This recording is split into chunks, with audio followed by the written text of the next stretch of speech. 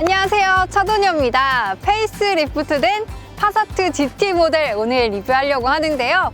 폭스바겐 그룹이 요즘 신차들을 많이 들여오고 있습니다. 파사트도 그렇고 제타도 그렇고 또 소형 SUV 티로까지 이렇게 들여오고 있는데, 파사트 같은 경우에는 4, 5년 전쯤에 중형 세단 중에서 쏠쏠하게 인기를 얻었던 모델이죠. 근데 이번 페이스리프트 모델 같은 경우에는 페이스리프트가 됐다고는 하지만 유럽형 모델의 재고떨이 아니냐, 또 다소 높은 가격으로 가격대가 너무 애매하다라는 의견들이 많습니다.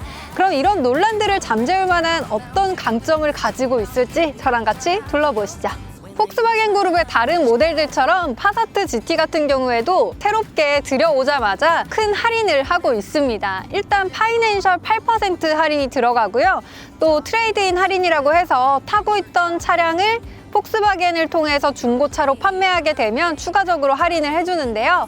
이런 할인들을 전부 합쳤을 때 제일 낮은 트림부터 한 3,700만 원대부터 시작을 하게 됩니다.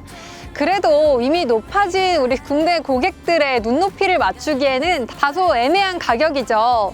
그래도 이번에 페이스리프트가 되면서 달라진 부분들이 꽤 있거든요. 사실 외제차 같은 경우에는 페이스리프트가 됐다 하더라도 큰 변화가 없었는데, 요즘에는 벤츠도 그렇고 BM도 그렇고 거의 풀체인지급의 변화를 보여주고 있습니다. 그럼 파사트 GT 같은 경우에는 어떤 변화가 있는지 저랑 같이 알아보시죠. 우선 전면 그릴의 가로 패턴의 전체적인 넓이와 간격이 살짝 넓어졌고요. 그리고 하단 범퍼 쪽에도 일자로만 이어졌었는데 안개등 앞쪽으로 대각선으로 올라오는 포인트가 생겼습니다. 기존보다는 조금 더 개성이 들어간 느낌이죠. 그리고 전면 그릴, 후면 트렁크, 스티어링 휠 정중앙에 들어가는 폭스바겐의 로고가 새로운 로고로 바뀌어서 들어가죠. 이전보다 조금 더 매끈하고 세련된 모습이네요. 다음은 전면 헤드램프가 매트릭스 IQ 라이트 LED 헤드램프라고 해서 요즘 신차에는 제법 흔하게 들어가는 헤드램프 사양입니다. 핸들 조작에 따라서 방향을 바꿔가면서 불빛을 비춰주고 전방에 차량이 나타나면 자동으로 헤드램프를 낮춰서 상대 운전자의 시야를 방해하지 않는 역할을 하는 거죠. 그리고 턴 시그널도 무빙 형태로 멋지게 들어갑니다. 조명에서 아우디와 같은 그룹답죠? 그리고 안쪽에 들어가는 그래픽들도 조금 더 예뻐졌고요. 참고로 SM6는 뒤에만 무빙이고 앞쪽은 일반 턴 시그널이었는데 파사트는 앞뒤 전부 다 무빙으로 들어갑니다. 또 ACC라든지 차선을 유지시켜주는 레인 어시스트 같은 반자율 주행 관련 기술 역시 기본 트림부터 탑재가 됐습니다. 스티어링 휠 역시 두께가 좀 두툼해진 D컷의 스티어링 휠이 들어갑니다.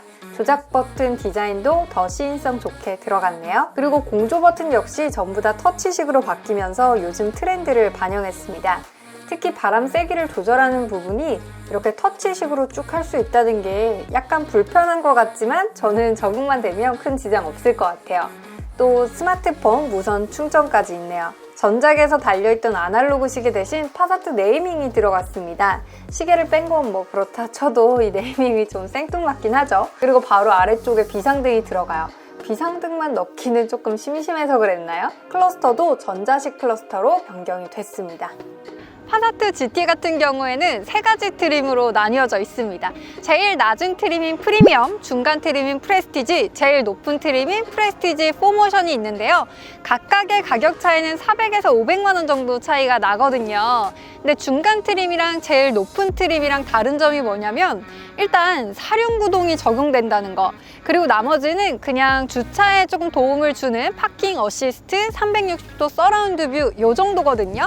그러니까 400~500만 원 차이에 사륜구동이 들어간다라고 보시면 될 것 같아요. 근데 전륜구동의 세단 모델이기 때문에 굳이 400~500만 원을 들여서 사륜구동으로 선택을 하실 분들이 있을까? 그렇게 많지 않을 것 같거든요. 그래서 저의 추천은 중간 트림인 프레스티지입니다.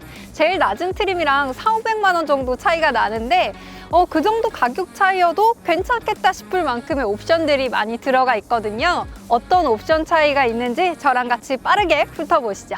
어떻게 보면 이번 파사트 페이스리프트 모델의 핵심일 수 있는 매트릭스 IQ 라이트, LED 헤드램프, 그리고 주간주행 등 기본적으로 프리미엄부터 LED로 주간주행 등 헤드램프 둘 다 넣어주긴 하는데요. 프리미엄은 램프 불빛이 조향이나 전방 상황에 따라 변화되는 IQ 라이트 기능이 빠집니다. 프레스티지부터 장착이 되는 거죠.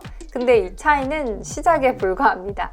다이나믹 턴 시그널, 이것도 프리미엄에는 쏙 빠집니다. 그냥 움직임 없는 LED 불빛이 들어갑니다. 또 한국 사람들이 정말 예민한 3종 세트, 스티어링 휠 열선, 앞좌석 통풍, 그리고 뒷좌석 열선, 이 세 가지가 프리미엄에는 아예 없습니다. 패밀리 세단인데 뒷좌석에 열선 빠지는 것도 아쉽고, 남성분들이 예민한 통풍 시트, 그리고 이번 겨울 보내보신 분들은 아시겠지만 스티어링 휠 열선 없으면 정말 끔찍할 것 같아요. 근데 프리스티지부터 이 세 개가 전부 다 들어가게 됩니다. 또 기어 변속의 재미를 가끔 느끼고 싶은 분들도 프리미엄에는 패들 시프트가 빠져 있어서 이것도 체크하셔야 될 것 같고요.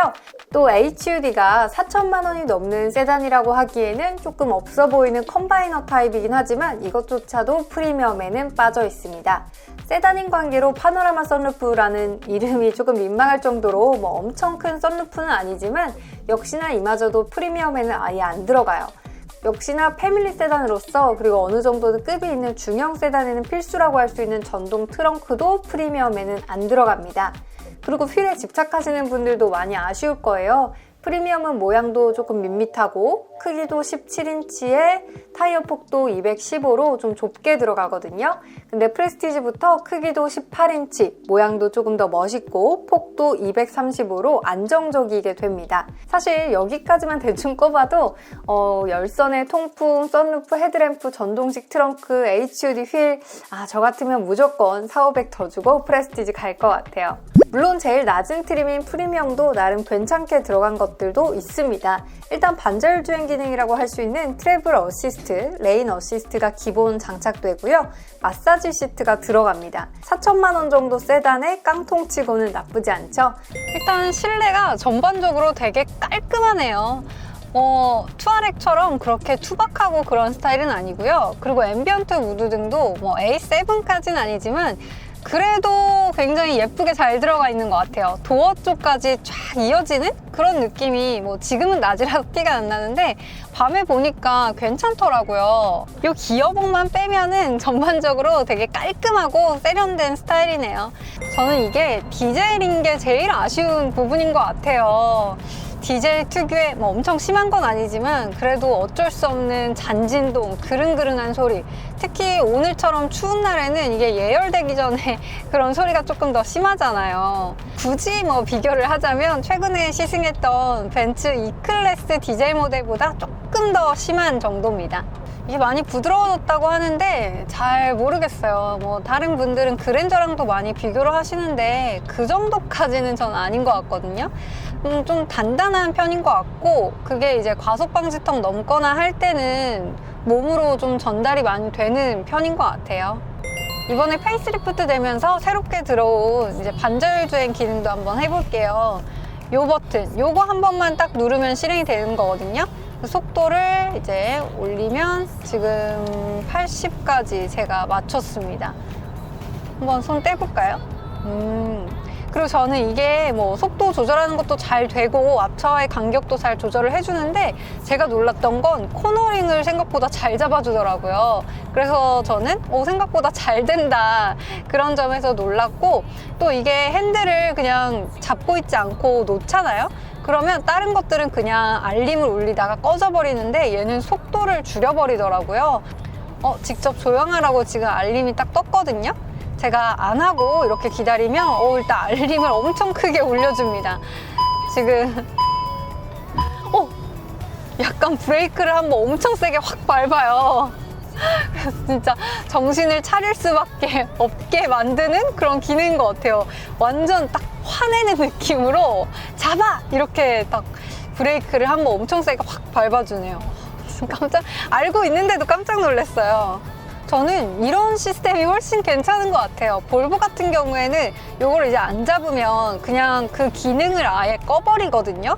근데 물론 방심하고 있으면 안 되지만 운전자의 잘못이지만 어쨌든 방심하고 있는 운전자한테는 그게 조금 더 위험할 수 있는 상황으로 될 수 있을 것 같은데, 이렇게 경고를 한번 세게 팍 주면은 졸고 있던, 약간 졸려고 하던 사람도 정신을 번쩍 차릴 것 같은 기능이네요. 일단 주행감은 되게 가벼워요. 근데 가벼우면서도 이게 조금 단단하게 세팅이 되어 있다 보니까 뭔가 이 차체의 무게가 안 느껴질 만큼 약간 떠서 간다는 듯한 그런 느낌이 들고, 어쨌든 되게 부드럽긴 합니다. 단단한데 부드러운 주행감이라고 해야 될까요? 그런 느낌이고, 뭐 그렇다고 해서 디젤이라고 해서 뭐 디젤 특유의 좀 치고 나가는 그런 힘이 더 느껴진다? 그런 느낌은 또 아니더라고요. 그냥 가벼운, 딱 핸들도 엄청 가볍고요. 드라이브 모드도 제가 한번 바꿔볼게요.